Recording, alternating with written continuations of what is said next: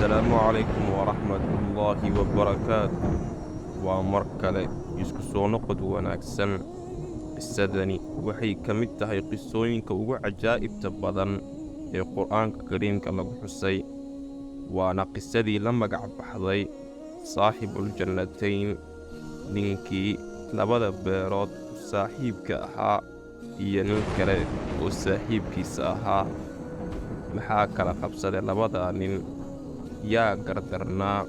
ugu dambayntiina yaa guulaystay?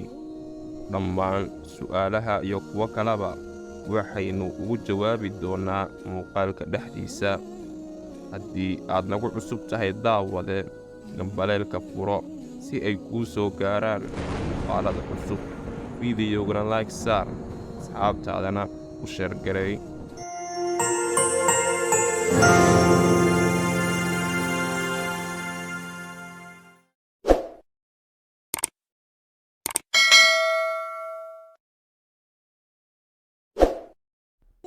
waxaa jiri jira laba nin.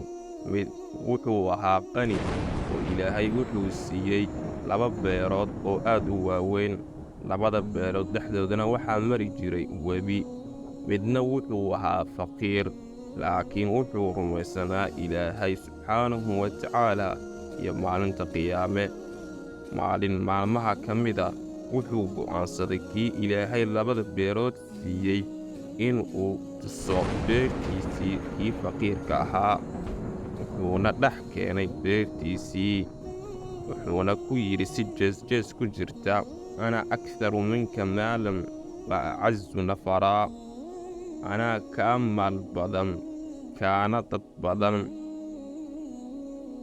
waxayna labadoodii ku sii dhex socdeen labadii beerood.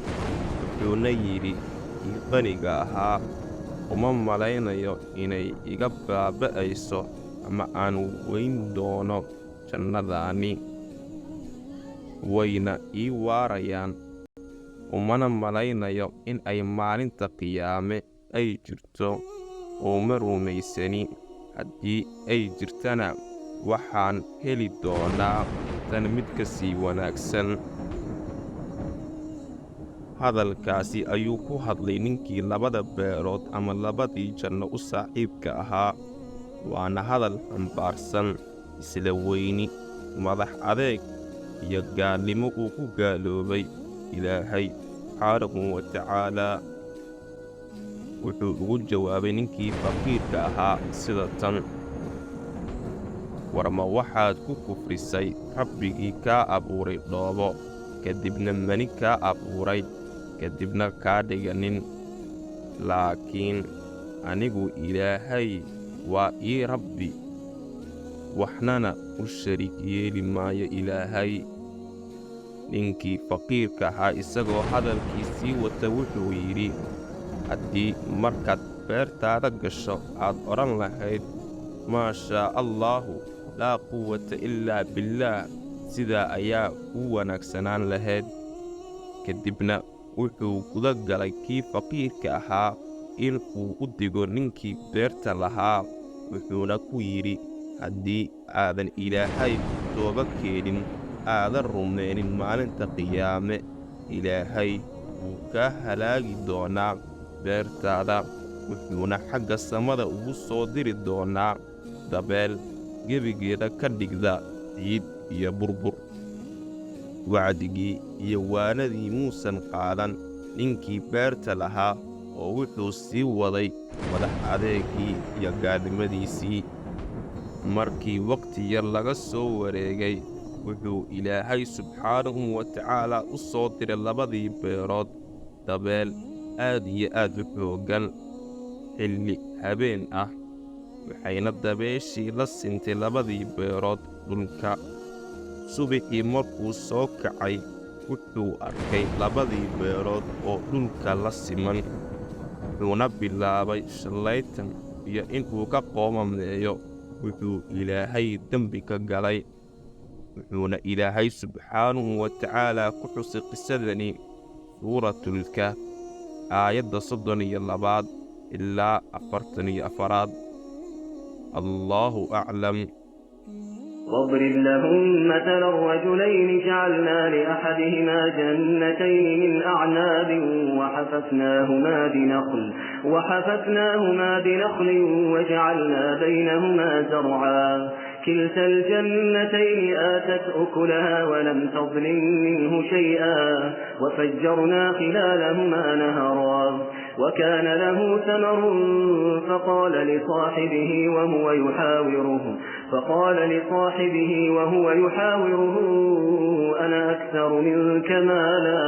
أنا أكثر منك مالا وأعز نفرا ودخل جنته وهو ظالم لنفسه قال ما أظن أن تبيد هذه أبدا وما أظن الساعة قائمة ولئن رددت إلى ربي لأجدن خيرا منها منقلبا قال له صاحبه وهو يحاوره